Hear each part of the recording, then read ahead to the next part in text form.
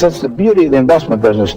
I don't have to be right on all of these companies I don't understand. I don't have to be right on Oracle Systems or Microsoft or DuPont. I just have to be right on one decision a year.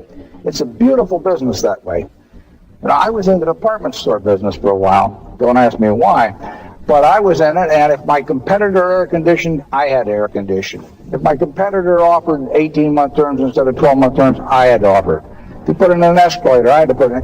All of those were defensive decisions. I had to make those like that. I mean, he was throwing pitches at me, and I had to swing, no matter whether the ball was good or not. But in investments, there's no such thing as a called strike. You can stand there at the plate, and the pitcher can throw a ball right down the middle.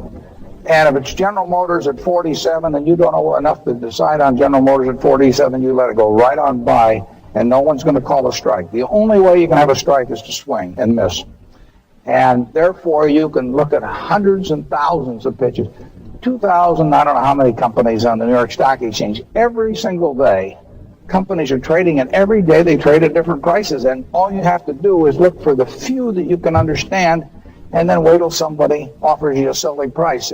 And it happens often enough so that it gets quite interesting, but it doesn't happen all the time. And if you try and make it happen too often, you get in trouble.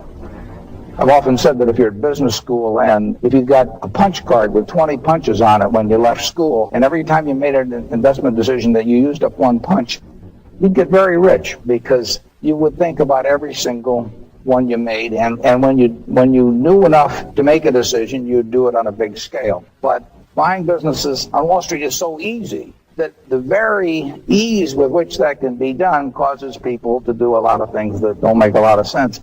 It's so important to be in the right businesses.